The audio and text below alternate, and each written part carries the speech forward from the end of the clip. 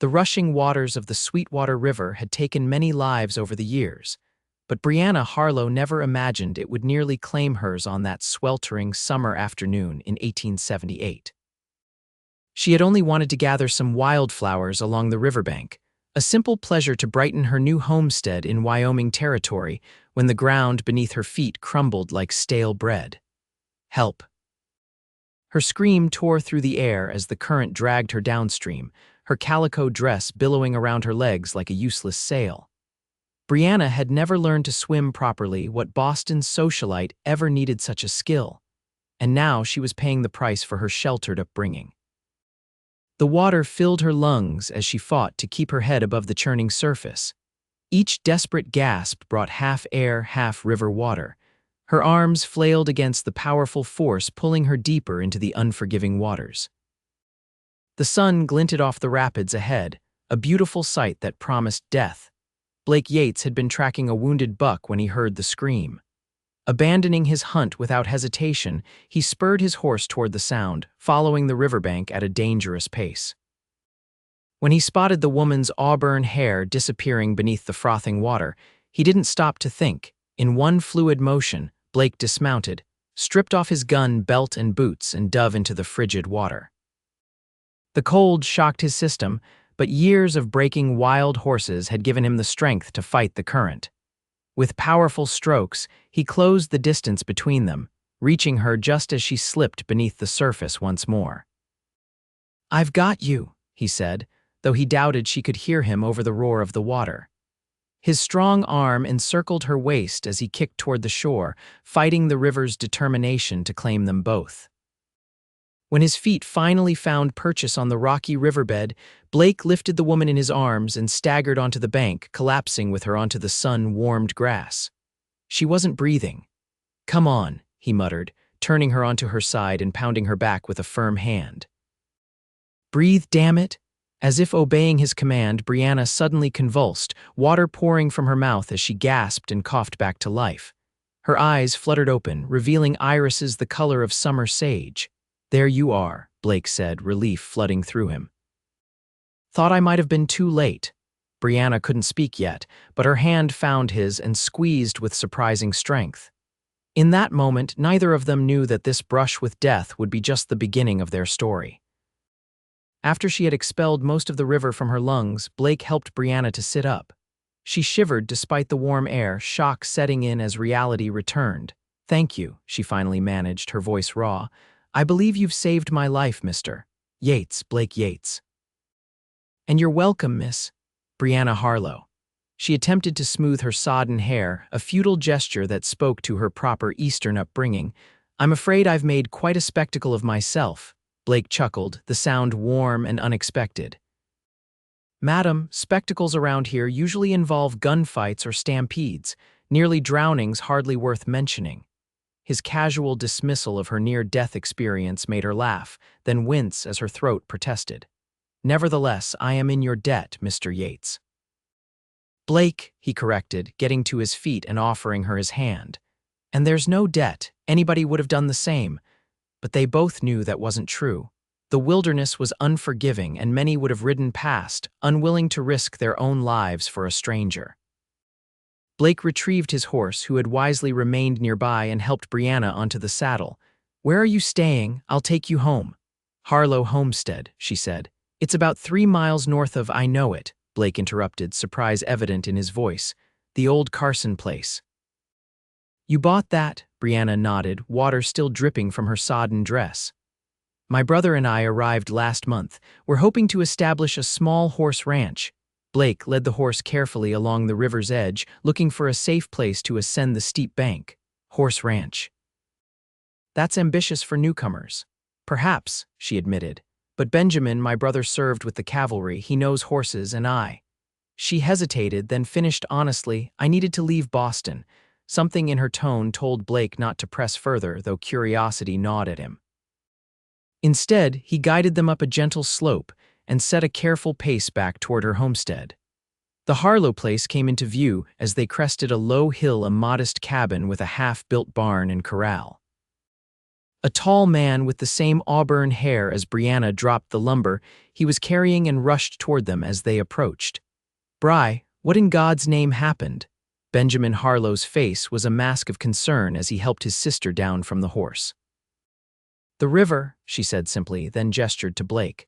"This is Mr. Yates. He pulled me out." Benjamin gripped Blake's hand with fervent gratitude. "I can't thank you enough. Please come inside. We don't have much, but I can offer you coffee and dry clothes."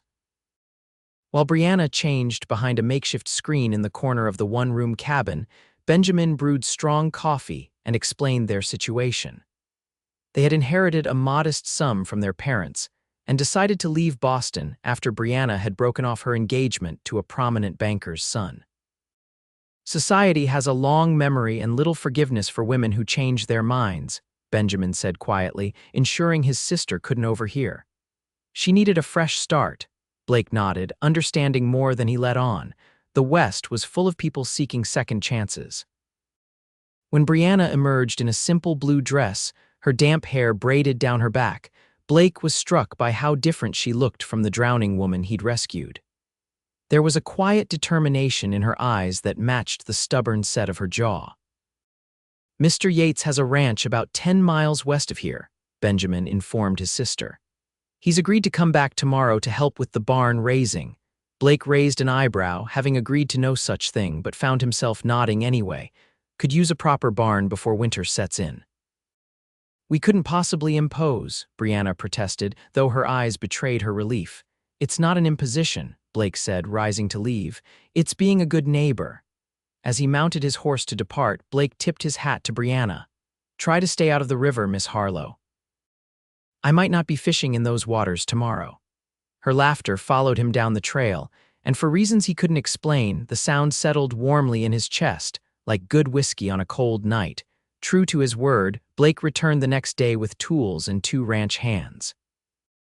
Benjamin greeted them gratefully, and the men set to work raising the frame of the barn. Brianna emerged from the cabin with a tray of lemonade, her movements careful as she navigated the uneven ground. "You're looking considerably drier today, Miss Harlow," Blake called from atop a beam. "And you're looking considerably higher, Mr. Yates," she retorted, shielding her eyes from the sun as she looked up at him. "Please be careful." "Been building barns since I was tall enough to hold a hammer," he assured her, driving a nail with one powerful stroke. "Your concern is noted, though."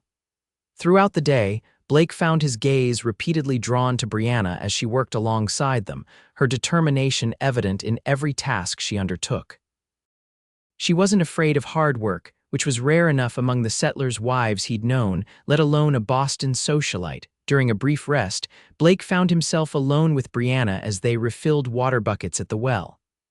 "Why horses?" he asked, breaking the comfortable silence. She looked up, surprised by the question.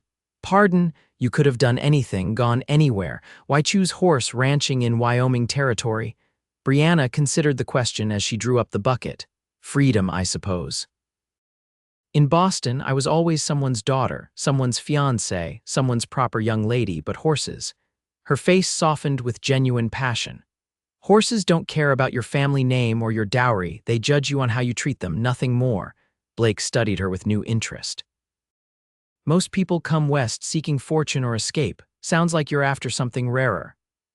"And what's that?" she asked. "Authenticity," he replied, taking the full bucket from her hands. Their fingers brushed, and he noticed how the day's labor had already begun to callous her once smooth skin. The barn raising took 3 days, during which Blake learned more about the Harlows. Benjamin was a serious man, haunted by his experiences in the war but determined to build something lasting. Brianna was surprising in her competence and quick humor, nothing like the helpless woman he'd pulled from the river. On the evening of the 3rd day, as the roof was finally secured, Blake found himself reluctant to leave. The sun was setting behind the distant mountains, painting the new barn in hues of gold and amber. "We can't thank you enough," Brianna said, standing beside him as they admired their handiwork. "You've given us a fighting chance to survive the winter." "It's a good start," Blake agreed, "but you'll need more than a barn. Winter here isn't kind to the unprepared." Benjamin approached, wiping his hands on a rag. Blake's right, Bri. We need to stock supplies, find good horses before the snow flies. I might be able to help with the horses, Blake offered, surprising himself. I've got a few good mares that would make a solid foundation for breeding stock. Fair price. Benjamin's eyes lit up.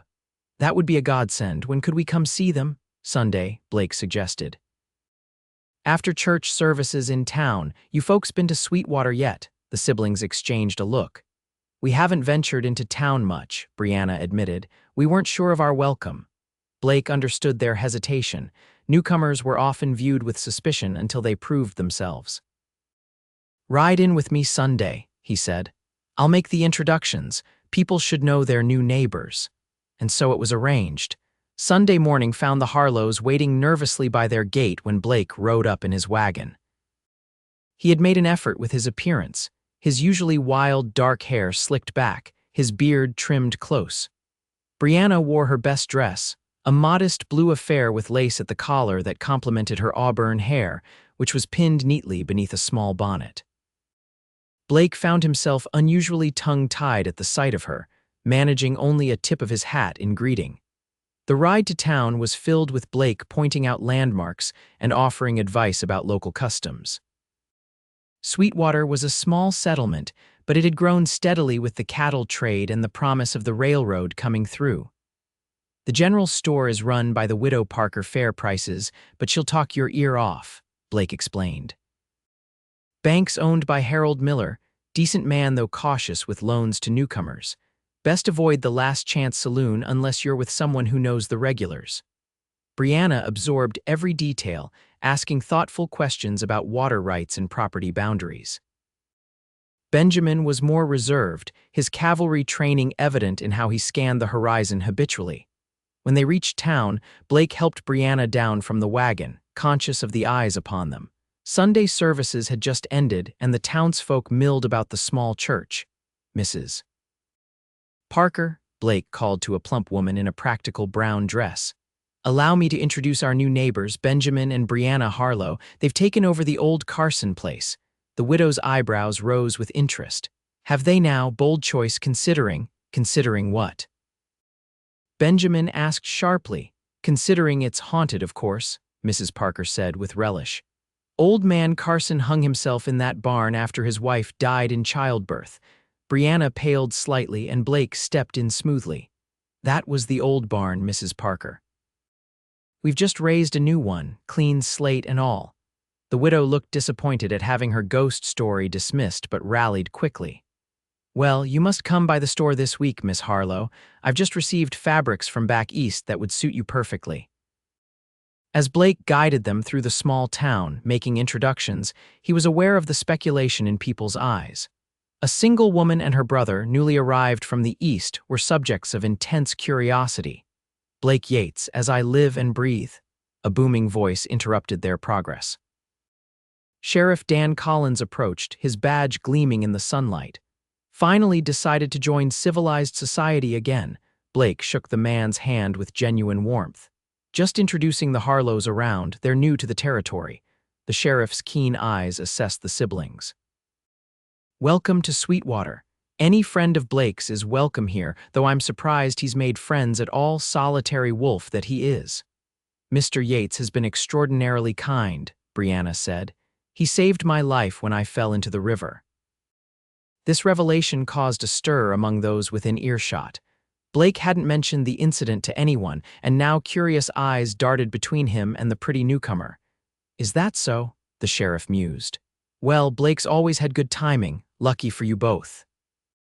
After church, Blake drove them to his ranch, a substantial spread with a main house, bunkhouse, barn, and several corrals. Unlike their modest homestead, the rocking Y Ranch spoke of years of successful operation. You didn't mention you owned all this, Brianna said as they approached the ranch house. Blake shrugged uncomfortably. Didn't seem relevant. It's impressive, Benjamin commented, his eyes taking in the well-maintained buildings and healthy livestock. You've built something substantial here. Wasn't all me, Blake admitted as he helped Brianna down. My father started it. I just managed not to ruin it. Inside the ranch house, they were greeted by Mrs. Holloway, the housekeeper, who fussed over having unexpected guests for Sunday dinner. Blake apologized for not warning her, but the older woman waved away his concerns. "It's about time you brought respectable people home," she declared, eyeing Brianna with undisguised approval. "I was beginning to think you'd turn into a hermit like old Jenkins up in the hills." Over a simple but hearty meal, they discussed horses. Blake offered them 3 mares and a stallion at a fair price, with terms that would allow them to pay as the breeding program succeeded. "That's unusually generous," Benjamin noted, his natural caution surfacing. "It's practical," Blake countered. "The territory needs more good horse breeders. The army's always buying, and the ranchers too. If you succeed, it helps everyone." But as they toured the corrals after dinner, Brianna sensed there was more to Blake's generosity. She found a moment alone with him while Benjamin examined the stallion's legs. "Why are you really helping us?" she asked directly, her green eyes searching his face. Blake was silent for a long moment, then said quietly, "Everyone deserves a chance to start over. I had mine. Seems only fair to pass that on." There was a story there, Brianna knew, but she didn't press. Instead, she laid a gentle hand on his arm. "Thank you for everything." A month passed, during which Blake found increasingly thin reasons to visit the Harlow homestead. He brought extra lumber, offered advice on winter preparations, and helped them move the horses he'd sold them. Each visit allowed him to observe how quickly Brianna was adapting to frontier life, her determination never wavering despite the challenges. For her part, Brianna found herself looking forward to Blake's visits more than she cared to admit. There was something comforting about his presence, steady, uncomplicated, yet somehow deeply substantial. He wasn't like the polished Boston gentlemen she'd known, with their rehearsed compliments and calculated attentions. Blake spoke plainly and acted with purpose. It was during one such visit, as October painted the landscape in fiery colors, that their careful friendship shifted. Blake had come to help repair their well pump, which had begun making an alarming grinding noise. Benjamin was in town purchasing supplies, leaving Brianna to host Blake alone. "Hand me that wrench," Blake said, his head and shoulders hidden inside the pump housing. Brianna selected the tool from his kit and passed it to him, their fingers brushing. The simple contact shouldn't have affected her, but she found herself absurdly aware of the strength in his hands, the same hands that had pulled her from the river. "You never told me your story," she said suddenly, Blake's movements stilled.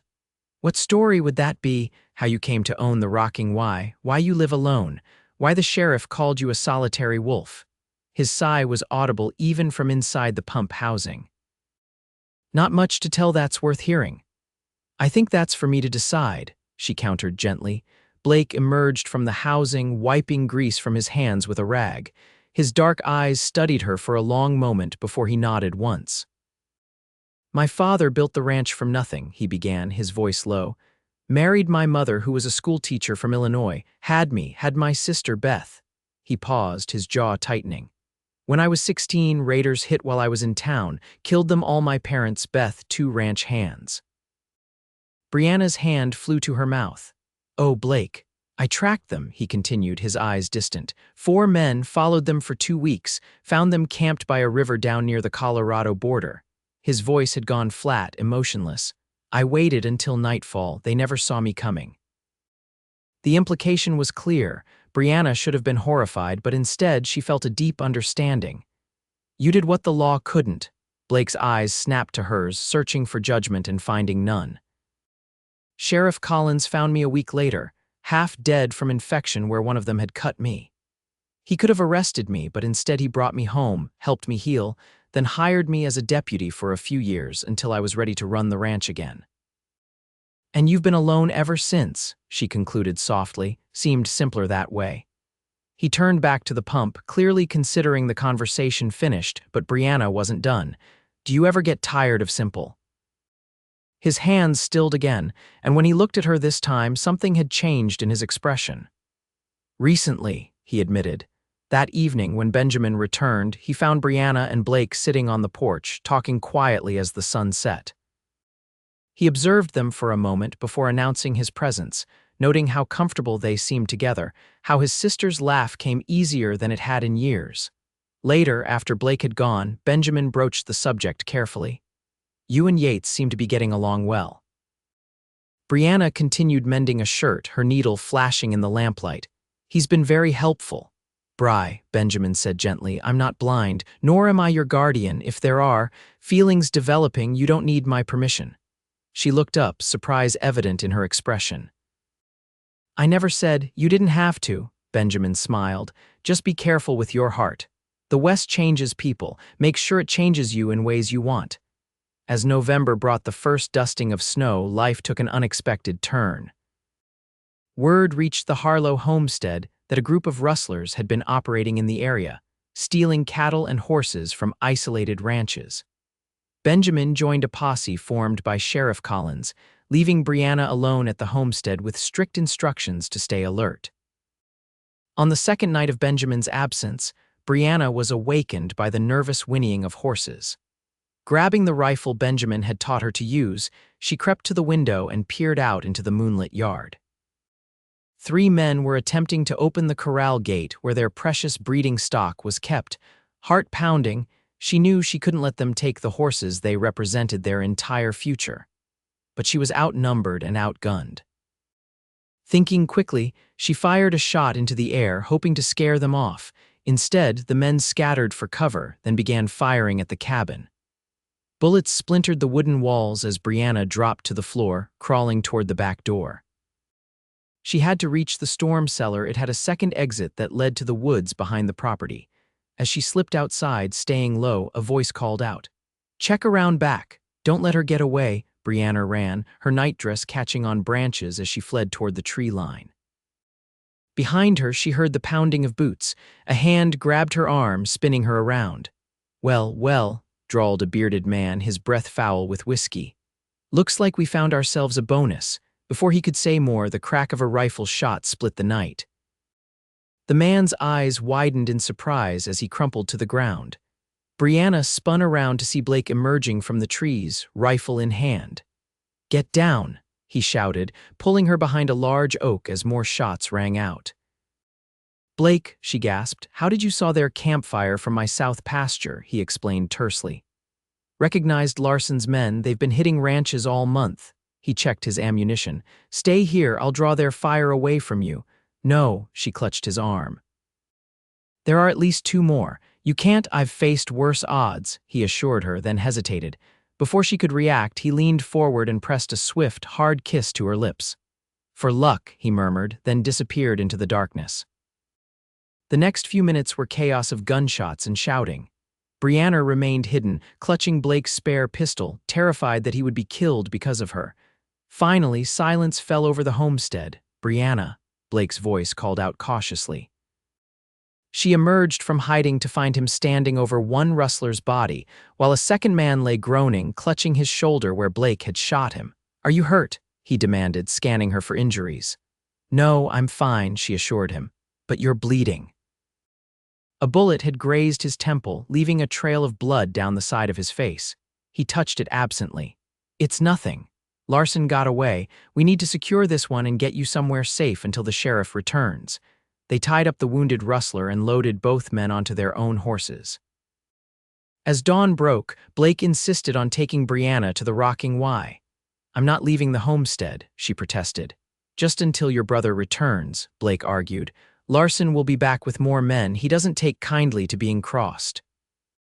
In the end, she agreed, but only after ensuring their horses were safely relocated to Blake's ranch as well. As they rode side by side, Brianna found herself studying his profile in the early morning light.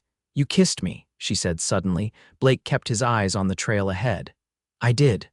Why?" Now he looked at her, his expression uncharacteristically vulnerable. "Because I might not have gotten another chance." The simple honesty of his answer touched her more deeply than any flowery declaration could have.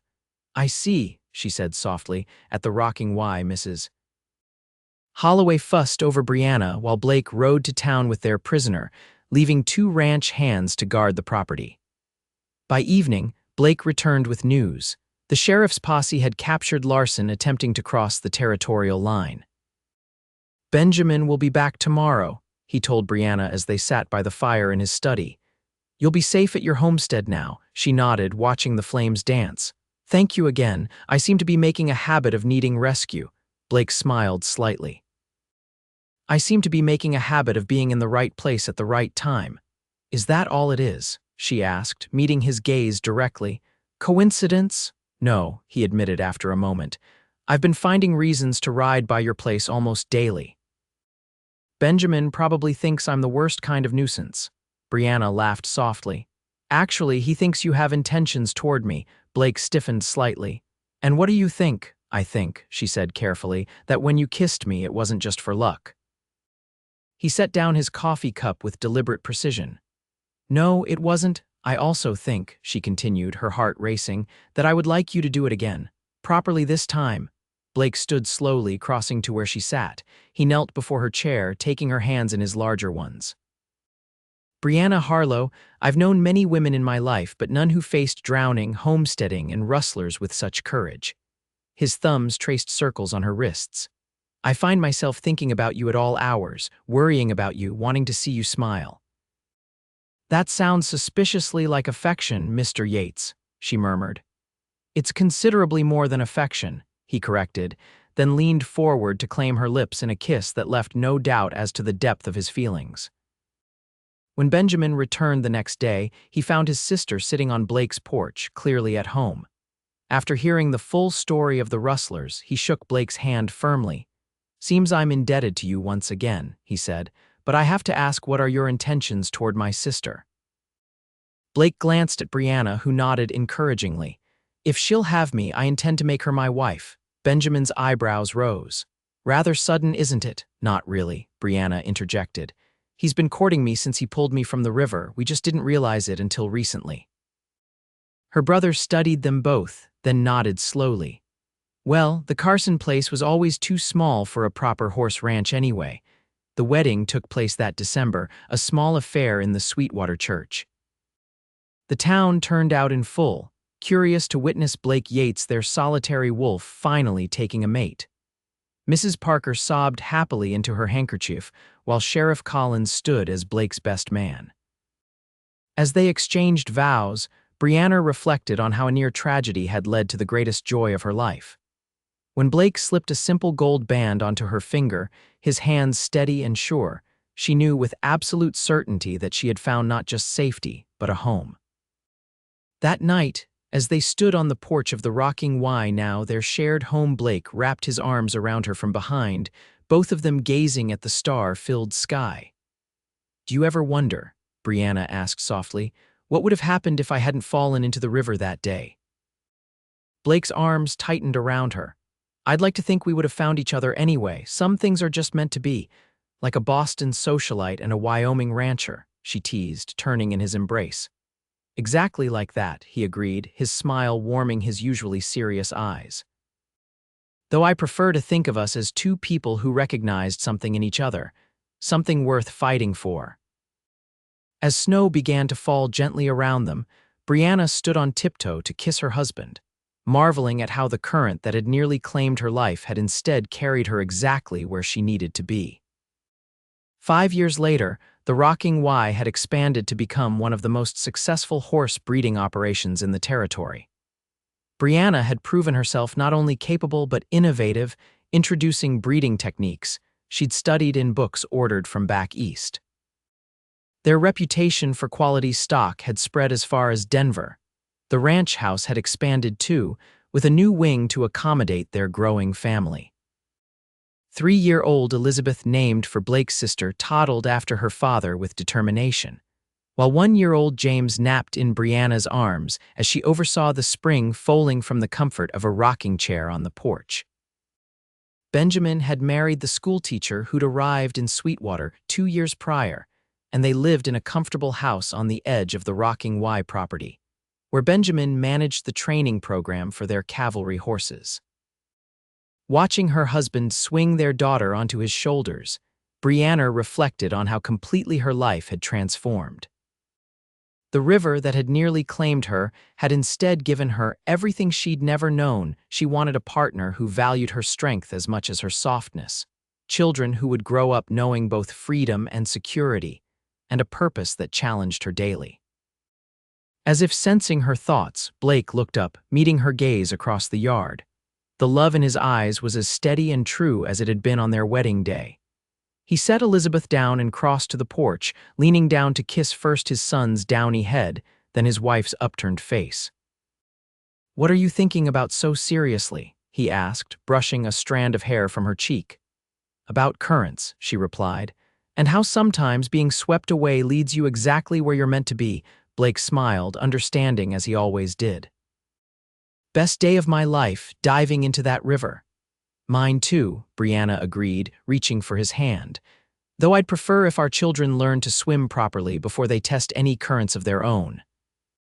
His laughter joined hers, carried away on the Wyoming breeze, two people who had found in each other not just love, but home.